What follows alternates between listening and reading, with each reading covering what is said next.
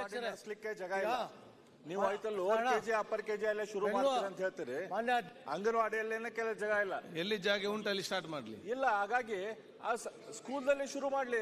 Lower KG upper KG ನೀವು ಊಟ ನೀವೇ ಸಪ್ಲೈ ಮಾಡ್ರಿ, ನಮ್ಗೆ ಏನ್ ತೊಂದರೆ ಇಲ್ಲ. ಅಂಗನವಾಡಿ ಡಿಪಾರ್ಟ್ಮೆಂಟ್ ದವರು ಅಲ್ಲೇ ಲೋವರ್ ಕೆಜಿ ಅಪ್ಪರ್ ಕೆಜಿ ಊಟ ಸಪ್ಲೈ ಮಾಡ್ರಿ. ಆದ್ರೆ ಸ್ಕೂಲ್ಗಳು ಸಂಖ್ಯೆ ಹೆಚ್ಚಾಗಬೇಕಂದ್ರೆ ಸರ್ಕಾರಿ ಶಾಲೆ ಇದ್ದಲ್ಲೇ ಲೋವರ್ ಕೆಜಿ ಅಪ್ಪರ್ ಕೆಜಿ ಶುರು ಮಾಡ್ಬೇಕಾಗ್ತೈತೆ. ಜಾಸ್ತಿ ಆಗ್ತದೆ. ಅಂಗನವಾಡಿ ಜಾಗ ಇಲ್ಲ ಅಂತ ಹೇಳ್ತೀರಿ, ಅಲ್ಲಿ ಲೋವರ್ ಕೆಜಿ ಅಪ್ಪರ್ ಕೆಜಿ ಶುರು ಹೇಳಲಿಕ್ಕೆ ಬಯಸ್ತೇನೆ ಅಧ್ಯಕ್ಷರೇ. ಕರ್ನಾಟಕ ರಾಜ್ಯದಲ್ಲಿ ಸುಮಾರು 69,919 ಅಂಗನವಾಡಿಗಳನ್ನ ಈಗಾಗಲೇ ನಾವು ನಡೆಸ್ತಾ ಇದ್ದೀವಿ. ಅದರಲ್ಲಿ 50,000 ಸ್ವಂತ ಕಟ್ಟಡದಲ್ಲಿ ನಡೆಸ್ತೀವಿ, 12,000ಕ್ಕಿಂತ ಹೆಚ್ಚಿಗೆ ನಾವು ಬಾಡಿಗೆ ಕಟ್ಟಡದಲ್ಲಿ ನಡೆಸ್ತೀವಿ. ಉಳಿದಿರೋದನ್ನ ಶಾಲಾ ಕಟ್ಟಡಗಳು, ಸಮುದಾಯ ಭವನಗಳು, ಯುವಕ ಸಂಘದಲ್ಲಿ ನಾವು ನಡೆಸ್ತಾ ಇದ್ದೀವಿ. ತಮ್ಮ ಗಮನಕ್ಕೆ ಕೂಡ ನಾನು ತರಲಿಕ್ಕೆ ಬಯಸ್ತೇನೆ, ಈಗಾಗಲೇ ಸುಮಾರು 2,000-2,500 ಅಂಗನವಾಡಿಗಳನ್ನ ನಾವು ಸ್ಕೂಲ್ಗಳಲ್ಲೇ ನಡೆಸ್ತೀವಿ. ನಮ್ಮದು ಏನಿದೆ ಅಂದ್ರೆ ಗುಣಮಟ್ಟದ ಆಹಾರದ ಜೊತೆಯಲ್ಲಿ ಉತ್ತಮ ಶಿಕ್ಷಣವನ್ನ ಕೊಡ್ಲಿಕ್ಕೆ ನಾವು LKG UKGಯನ್ನ ನಾವು ಇದನ್ನ ಮಾಡ್ತಾ ಇದ್ವಿ.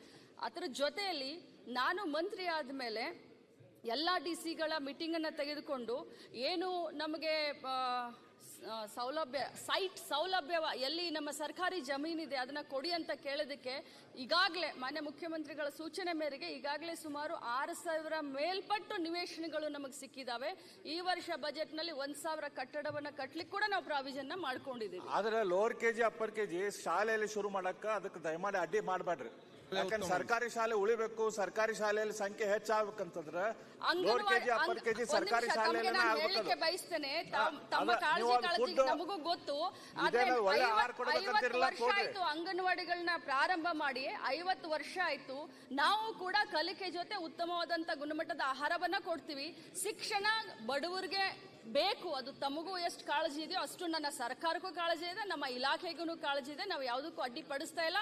ನಮ್ಮ ಉದ್ದೇಶ ಇಷ್ಟೇ, ಬಡವರ ಮಕ್ಕಳಿಗೆ ಗುಣಮಟ್ಟದ ಶಿಕ್ಷಣ ಮತ್ತು ಆಹಾರ ಸಿಗಬೇಕು ಅನ್ನೋದು ಕೂಡ ನಮ್ಮ ಆಶೆ. ಆಹಾರ ಕೊಡ್ರಿ.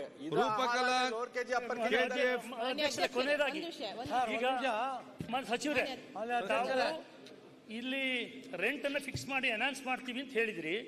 ಇವತ್ತು ನಗರ ಪ್ರದೇಶಕ್ಕೆ ಬೆಂಗಳೂರು ಅಂತ ಕಡೆಗೆ ಒಂದು ಮತ್ತು ಹಳ್ಳಿ ಪ್ರದೇಶಗಳಿಗೆ ಇದಕ್ಕೆ ಇವತ್ತು HRSC ಇದನ್ನೆಲ್ಲ ಏನು ಕೊಡ್ತೀರಿ ಇದಕ್ಕೆ ಅನುಗುಣವಾಗಿ ಆ ರೀತಿಯಲ್ಲಿ ಬೆಂಗಳೂರು ಅಂತ ಪ್ರದೇಶಗಳಿಗೆ, ನಗರ ಪ್ರದೇಶಗಳಿಗೆ ಸ್ವಲ್ಪ ಜಾಸ್ತಿ ಕೊಡುವಂಥದ್ದನ್ನು ಕೂಡ ತಾವು ಗಮನ ವಹಿಸಬೇಕು. ಮಾನ್ಯ ಅಧ್ಯಕ್ಷರೇ, ಈಗ ಅಂಗನವಾಡಿ ಕಾರ್ಯಕರ್ತೆ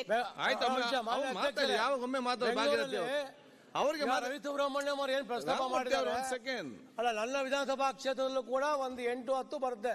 ಆಯ್ತು, ನಾನು ಮಾನ್ಯ ಮಂತ್ರಿಗಳು ಏನ್ ಮನವಿ ಮಾಡ್ಕೊಂತೀವಿ ಅಂತಂದ್ರೆ, ಇಲ್ಲಿ ಮಹಾನಗರ ಪಾಲಿಕೆದು ಸಪರೇಟ್ ಆಗಿ ಒಂದು ಅಂಗನವಾಡಿ ಕಲ್ಯಾಣ ಇಲಾಖೆಯಿಂದ ಅಂಗನವಾಡಿ ಸರ್ಕಾರದಿಂದ ಬರುತ್ತೆ. ದಯಮಾಡಿ ಇಲ್ಲಿ ಉತ್ತಮ ಗುಣಮಟ್ಟದ ಆಹಾರವನ್ನು ಕೊಡ್ತಿಲ್ಲ, ಸ್ವಚ್ಛತೆಯನ್ನು ಕೂಡ ಕಾಪಾಡ್ತಿಲ್ಲ. ರವಿಸುಬ್ರಹ್ಮಣ್ಯ ಅವ್ರು ಹೇಳ್ದಂಗೆ ಅಲ್ಲಿ ಕೂಡ ಬಾಡಿಗೆ ಕೊಟ್ಟಕ್ಕೂ ಕೂಡ ಆಗ್ತಿಲ್ಲ. ದಯಮಾಡಿ ಯಾರೋ ಒಂದು ಇಲ್ಲ ಮಹಾನಗರ ಪಾಲಿಕೆ ವಹಿಸ್ಕೋಬೇಕು ಅಂಗನವಾಡಿನ, ಇಲ್ಲ ಅಂತಂದ್ರೆ ಕಲ್ಯಾಣ ಇಲಾಖೆ ವಹಿಸ್ಕೋಬೇಕು. ಕೊಡಬೇಕು. ಅಲ್ಲಿ ಯಾರು ಬರ್ತಾ ಇದ್ದಾರೆ? ಯಾರೋ ಪಾಪ ಕೂಲಿ ನಾಲಿಗಳು ಮಾಡೋ ಮಕ್ಕಳು ಕೂಡ ಬರ್ತಾ ಇದ್ದಾರೆ. ಅದು 4 ಜನ ಬರ್ತಾ ಇದ್ದಾರೆ. ದಯಮಾಡಿ ರಿಕ್ವೆಸ್ಟ್ ಮಾಡ್ಕೊಳ್ಳೋದು ನಿಮ್ಗೆ, ಒಳ್ಳೆ ಗುಣಮಟ್ಟದ ಅಲ್ಲಿ ಒಂದು ಕೊಠಡಿಯನ್ನು ನಿರ್ಮಾಣ ಮಾಡಬೇಕು, ಗುಣಮಟ್ಟದ ಒಂದು ಆಹಾರವನ್ನ ಕೊಡಬೇಕು, ಸ್ವಚ್ಛತೆಯನ್ನ ಕಾಪಾಡ್ಕೋಬೇಕು. ಆ ದೃಷ್ಟಿಯಿಂದ ಮಾಡ್ತು ಅಂತಂದ್ರೆ ಅಲ್ಲಿ ಒಂದು ಒಳ್ಳೇದಾಗುತ್ತೆ ಅಂತ ಕೇಳ್ತೀನಿ. ಮಂತ್ರಿಗೆ ಅಂಗನವಾಡಿ ಕಾರ್ಯಕರ್ತರ ಈಗಾಗಲೇ ಗೌರವಧನ ಬರೇ ಕಡಿಮೆ ಇರುವಂತದ್ದು 10,000 ಒಳಗೆ 8,000 ಇದೆ. ಅವರಿಗೆ ಹೆಚ್ಚು ವರ್ಕ್ಗಳನ್ನು ಕೊಡ್ತಿದ್ದೇವೆ ನಾವು. ಎಲ್ಲಾ ಅದು ಕೂಡ ಅದನ್ನು ಸ್ವಲ್ಪ ಕಡಿಮೆ ಮಾಡಬೇಕು, ಅವರಿಗೆ ಸಂಬಳ ಜಾಸ್ತಿ ಮಾಡಬೇಕು. ಮತ್ತೆ ಫುಡ್ ಈ ಹಿಂದೆ ಅವರಿಗೆ ಪ್ರಶ್ನೆ ಬೇರೆ ಅಲ್ವಾ? ಅಲ್ಲ, ಅದು ಅವ್ರು ಮೇಡಮ್ ಮತ್ತೆ ಸಿಗುದಿಲ್ಲ, ಬೇಡ ನಮ್ಗೆ ಆಫೀಸಿಗೆ ಬರ್ಲಿ ಪುರ್ಸೋತಿಲ್ಲ. ನಿಮಗೆ ಗೊತ್ತು, ನಾವು ಮಂಗಳೂರಿಂದ ಬರ್ಬೇಕು ಎಷ್ಟು ಕಷ್ಟ ಉಂಟು. ಎಲ್ಲ ಬ್ಲಾಕ್, ಮೈಸೂರು ರೋಡ್ ಬ್ಲಾಕ್, ನಮ್ದು ಮೇಡಮ್ ಅಲ್ಲಿ ರಿಕ್ವೆಸ್ಟ್ ಮಾಡೋದು, ನೀವು ಯಾರಿಗೂ ಅವಕಾಶ ಕೊಟ್ಟು ನಮ್ಮ ಮಹಿಳೆಯರಿಗೆ ಮಾತಾಡ್ಲಿಕ್ಕೆ ಒಂದು ಅವಕಾಶ ಕೊಟ್ಟಿದ್ದೀರಿ. ಧನ್ಯವಾದ. ಗ್ರಾಮೀಣ ಪ್ರದೇಶದ ಅಂಗನವಾಡಿಗೆ ಅನುದಾನವನ್ನು ಬಿಡುಗಡೆ ಮಾಡಿ ಹೊಸ ಅಂಗನವಾಡಿಗಳಿಗೆ ಆದಷ್ಟು ನಮ್ಮ ವಿಧಾನಸಭಾ ಕ್ಷೇತ್ರ ಕಾಲದಿಂದ ಅನುದಾನ ಕೊಡಬೇಕಂತ ವಿನಂತಿ ಮಾಡ್ತಿದ್ದೇನೆ. ರೈಟಿಂಗ್ ಅಲ್ಲಿ ಕೊಡಿ, ರೈಟಿಂಗ್ ಅಲ್ಲಿ ಕೊಡಿ.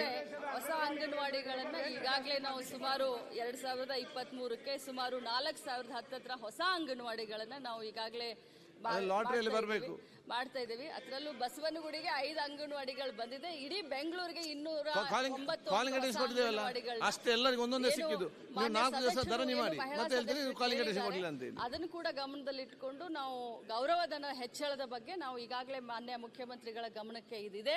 2017ರಲ್ಲಿ ನಮ್ಮ ಮುಖ್ಯಮಂತ್ರಿಗಳಾದಂಥ ಸಿದ್ದರಾಮಯ್ಯನವರನ್ನೇ ಈ ಒಂದು ಅಂಗನವಾಡಿಯ ಕಾರ್ಯಕರ್ತರು ಮತ್ತು ಸಹಾಯಕಿಯರ ಗೌರವಧನವನ್ನ ಅವಾಗ ಮುಖ್ಯಮಂತ್ರಿ ಇದ್ದಾಗ ಏರಿಸಿದ್ದು. ಇನ್ನೂವರೆಗೂ ಯಾರು ಏರಿಸಲಿಲ್ಲ. ಈಗಲೂ ಕೂಡ ನಮ್ಮ ಎದುರುಗಡೆ, ನಮ್ಮ ಸರ್ಕಾರದ ಎದುರುಗಡೆ ಈಗಲೂ ಕೂಡ ಮಾನ್ಯ ಮುಖ್ಯಮಂತ್ರಿಗಳು ಮಾಡ್ತಾರೆ ಅಂತ ಅವರು ಈಗಾಗಲೇ ಭರವಸೆಯನ್ನು ಕೊಟ್ಟಿದ್ದಾರೆ.